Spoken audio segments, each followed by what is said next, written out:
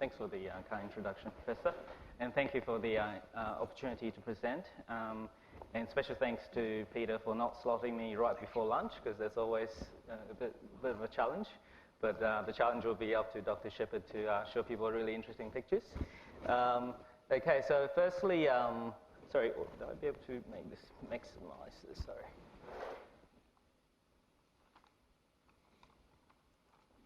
Okay, so I do have a conflict of interest. That is, I'm not a big fan of sugar-sweetened beverages, and I'm a sort of strong proponent of the soda tax. But my conflict of interest is probably not as bad as some of the industry-sponsored clinical studies and the scientific research. And this is a really interesting meta-analysis, which I encourage everyone to look at. The biggest predictor of the outcome of a meta-analysis when it comes to sugar-sweetened beverages is actually whether the authors have financial ties to the industry. So that's just something for everyone to think about. Now, I've been asked to talk about medical approach to obesity, and I think it's important to realize that not everyone agrees that obesity should be medicalized. So just out of curiosity, does anyone not think that it should be medical or medicalized? Don't be shy, you put out your hand. Okay, there's one. Okay, good. So this is much easier than I thought. So hopefully my aim is to convince that single one hand to that at the end of this talk that really we should have a medical approach. Okay, and look, is this a medical disease? I looked this up on, well, someone actually done a fact check on this. I'm sure you've heard of a fact check from ABC. But basically, the Australian government, as well as the Australian Medical Association, still hasn't gone as far as saying that it is a medical condition. And I love this quote from American Medical Association. They say that the suggestion that obesity is not a disease, but rather a consequence of chosen lifestyle, it's equivalent to saying that lung cancer is not a disease because it was brought about by individual choice to smoking cigarettes. So I think we certainly have to have a shift in our framework, in our mindset, to really accept what obesity is all about. Okay, so I'm here to convince you that obesity is not just one disease, you get two for the price of one. Not only, you have to think about the sick fat, which is the adipose, which is the fat in the wrong places, which puts us at risk of all the metabolic adverse events. So this is the fat that gives us metabolic syndrome. That's the fat that's pro-inflammatory. That's the fat that's pro-thrombotic. Okay, and that's the fat that's actually pro-cancerous. And there's now preponderance of data to suggest that a lot of the increase in cancer we're seeing can be contributable to the obesity epidemic. Not only that, but as surgeons, as anesthetists, and people that are having to transport patients, is also the fat mass disease. So not only do you have tissue compression, you've got more musculoskeletal wear and tear, also the tissue friction and the immobility and the loss of function. And some of these people can be extremely debilitated that they actually have trouble with their ADLs. So now fat cells is essentially can be thought of something that essentially outgrows its own blood supply and therefore induces cytokines to increase its nutrients. Okay, so it sounds, we know that process in other diseases such as cancer.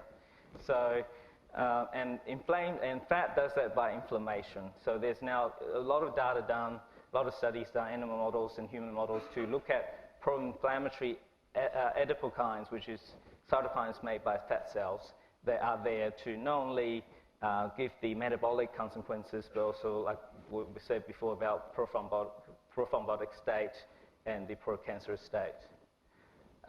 And this is something that you as sort of surgeons, liver surgeons, etc., and bariatric surgeons, this is what you see when you open people up. NAFLD or NASH is now, effectively overtaking, simple alcohol liver disease as the greatest cause of chronic liver disease. But think of liver fat as sick fat, Okay, so as images, we may see people, oh, a bit of fatty liver, almost everyone has fatty liver, but that actually makes a difference to realize that that's a really strong predictor of all the metabolic consequences. And there's a lot of different signals that talk between the fat cells, liver cells, and the brain, which I'll convince you why brain is such a important organ. But it's effectively knowing that there's many pathophysiology, it's not just the one. Okay, so now multiple organs are involved in obesity, and brain is a major organ. Okay, in fact, it takes 9 gut hormones to stop us eating, only 1 required to keep us eating. Okay, so imagine people that are fans of zombie movies and that sort of thing. That our drive to eat is really strong. Okay. Now, we all know that there are some monogenetic disorders that predispose to obesity. Okay, but common obesity is polygenic. Okay, and now with the availability of genome-wide sequencing, we now actually have identified 2 commonest gene variants that are associated with obesity, and neither of which are to do with energy metabolism or balance. They're actually to do with hunger, and the other one is actually hypothalamic energy balance. So it's nothing to do with, below the brain. Everything is inside the brain.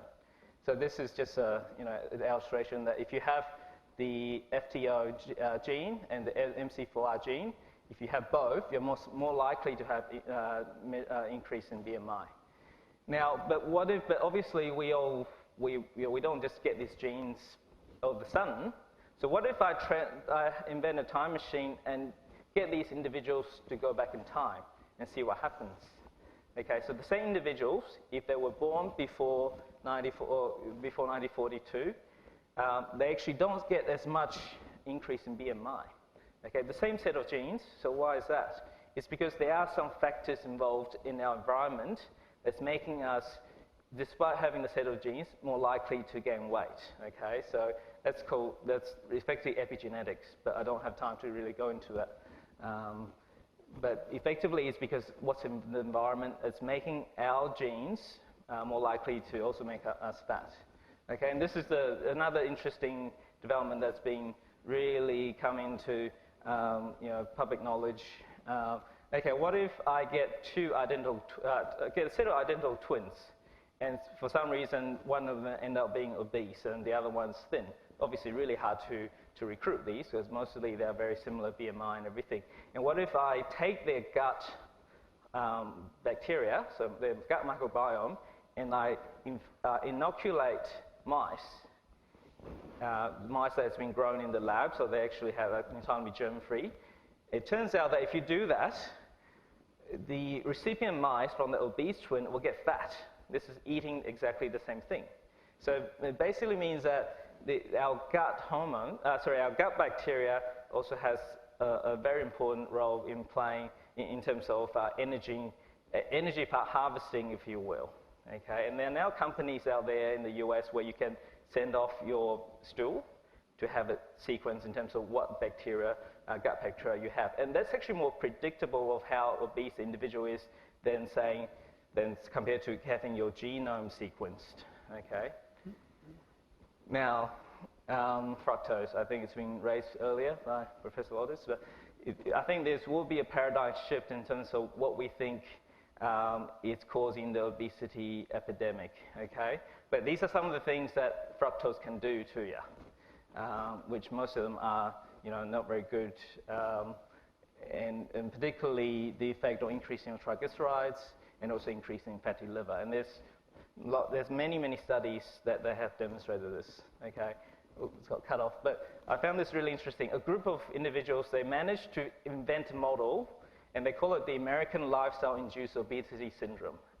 And these mice got really bad fatty liver and so inflamed. How did they do that? They gave them trans fat and high concentrated fructose, high fructose corn syrup. Okay, so if you look at, if you have trans fat, you're more likely to put on that weight. Okay, and then if you have high fructose corn syrup, no trans fat, it's still bad, but both together, it's much, much worse. And so what's actually trans fat with high fructose corn syrup in the human diet? It's your typical, American fast food. It has plenty of both.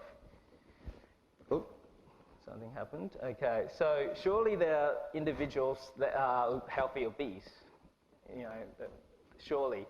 And I think the problem is that, and these individuals have found that it's really hard to define what's healthy obese, okay? The more you look at it, the more you realize that they're actually not metabolically healthy. So that's the first thing. And the other thing is, I'm sure you've heard of the obesity paradox. That is, people, that sort of J-shaped curve that we saw earlier. But really, effectively, once you go more than 35, the paradox effect, the benefit seems to lose as well. So, and we're talking about our patients where our average BMI is, is much higher than that. Okay, and perhaps it's just how we've been measuring obesity has been wrong.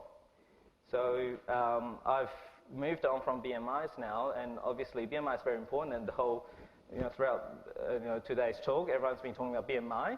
But if you had to look at BMI versus waist-hip ratio, which one do you think is more predictive of ischemic heart disease and the risk of MI? And they've done this study, it's called the Interheart study, and you can see how really there's really not much correlation at all.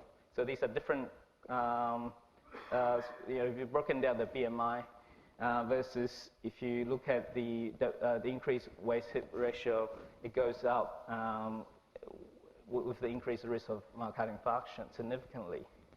The other thing is, a lot of these individuals are actually inappropriately hyperinsulinemic. And this is a Dr. Kraft. He's a pathologist in the US for many years. This was published in 1975. He discovered that most people actually had inappropriate hyperinsulinemia. So, so blue is normal. The rest of it, all these are quite strikingly different from what normal should be. So he contends that perhaps most people are actually having diabetes in situ. So not quite sort of pre-diabetes, but he calls it diabetes in situ. Okay, so if BMI is not that great, what can be better? Okay, so I'll explain Edmonton obesity staging for you, but just in this graph, this is from the NHANES, which is the North American, there's a large cross-sectional study. They publish it every so often. But if you look at the survival rate of different BMI, you can't really see much of a difference, okay? But if you categorize them according to this Edmonton obesity stage, you see quite strikingly, this curves do separate. So the worst staging in terms of the obesity staging, the worst outcome. Okay, so what is the Edmonton obesity staging system? This is probably the most important slide of my talk, but it's a system proposed by Dr. Arya Sharma. He's a nephrologist based in Edmonton, Ontario, and I've had the pleasure of listening to his talk. But he basically suggests that rather than looking at BMI, we should really be considering obesity as a stage.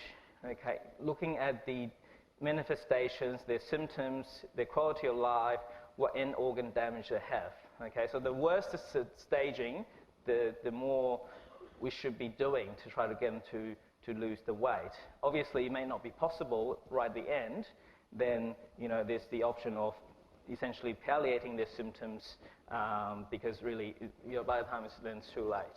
Okay, so it's a very important paradigm shift in terms of rather than looking at BMIs, looking at how advanced they are in terms of staging. Okay, so if we apply that principle to people, we certainly can see that it works across all BMI classes. So whether you are in the this is class 3 obesity. Certainly EOS is much more predictive, similar with class 2 and class 1, even overweight. So you can still have patients that are BMI not really increased, it's still in the overweight range, but if you do it this way, you can still predict how likely that they will have reduced survivability. So how do we treat obesity?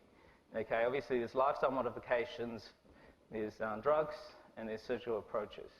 And then what I want people to think about is, are we really, is monotherapy the way to go? Because that we're going to treat to fail. So one thing doesn't work, we try the other. So never work versus a multimodality approach.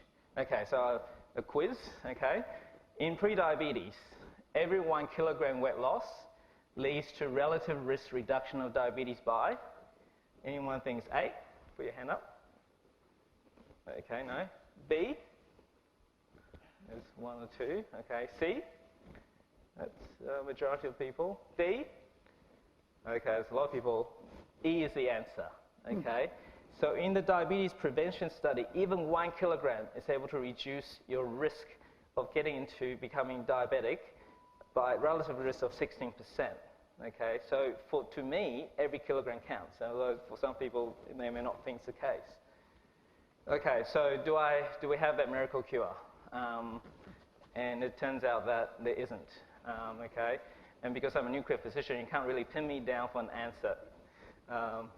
Okay, so why weight rebound?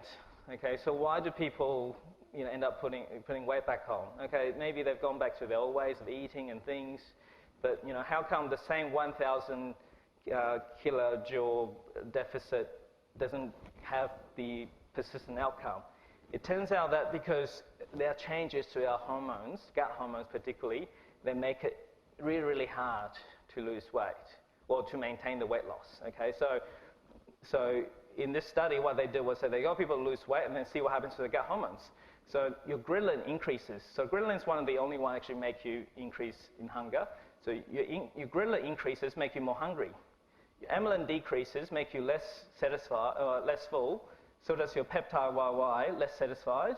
Your CCK decreases. So all these things make it really hard for the patient to maintain the weight loss because they will complain to you that they get more hungry. And it's true. There's actually biochemical evidence they get more hungry. And it turns out that this effect takes about 2 years before it reaches, normalizes again. And I'm sure in your experience, you'll find that people that can actually keep the weight off for usually about 2 years, they're usually then much harder for them to regain the weight. Okay, you can just sort of think back and see whether that's the case, maybe your personal experience, et cetera, et cetera. Now, I think there's no doubt that bariatric surgery is better, and this is the Swedish obesity subject study, SOS, and compared to nothing, people's weight doesn't change, and regardless of what bariatric surgery you do, you're getting to 20 to 30 to 40% reduction in in the relative weight loss, and it does save lives. They actually have better outcomes. There's no doubt. Okay, so the bariatric surgeons in the audience, give yourself a pat on the back. You're saving lives. It's true. Okay, but obviously this is not the approach to go when it comes to treating the obesity epidemic. There's so many people. We can't possibly put everyone on drugs and operate on everybody. So I think this is why it comes back to the individualized approach and think about the staging of obesity. Okay, so with drugs, luckily the rodent model is still relevant. So this is just, if you look at obese rats and looking at giving them different drugs, Conexa is phentermine, topiramate, you get about the same amount of weight loss if you then try it in humans. So it's pretty good. Okay, and this particular combination is one of the new ones that's FDA approved, not available in Australia. That we're actually getting to the really 10% weight loss range of drugs, and that's really, really exciting. But unfortunately, as you know, with weight loss drugs, the history is not that great. There's a lot of drugs that have come and gone, lots of different side effects. And particularly, this cardiovascular side effects has always been the one that, that these drugs end up stumbling upon. And it's probably because the approach of getting people to, using sympathomimetics or that sort of similar type of drug is, obviously you're going to have that cardiovascular risk. Okay, and this particular one's acting on the cannabinoid receptor. So basically stopping people feeling hungry. People that have So marijuana, no, don't put your hand up. You get a hunger, and if you block that, you actually induce weight loss. But it turned out that it's also involved in depression, in mood and other things. So it was pulled off the market in Europe and was never available in Australia. Okay, so these are some of the drugs. I can't go through every single one, but these are the ones that actually are FDA approved, available, which now getting us to that 10% weight loss, particularly the phentermine topiramate combination. Okay. And the brain continues to be a therapeutic target. So we've got Bupropion, which is Zyban. Okay, we've got a few other things. Naltrexone here. They'll act on different pathways in the brain to really, reduce appetite, increasing satiety. So I think that this is very promising. All these other many drugs are still in development, and it's very promising that this is the future. And this particular one, it's been focusing on the brain, but this particular one's Liraglutide. I'm sure you've come across it already. In Australia, it's sold as Victoza, which is used in type 2 diabetes, but it's a higher dose of 3 milligrams, which is FDA approved, which is also leading down to pretty phenomenal weight loss, because it turns out that this is a GLP-1 agonist, by the way. It also acts on the brain in terms of satiety and hunger control. So in conclusion, basically obesity should be considered as a disease, okay? But don't just think about BMI, think about everything else. Think about that these risk factors are really beyond the individual's control. You can't change your genes, you can't change your epigenetics. We live in an obesogenic environment.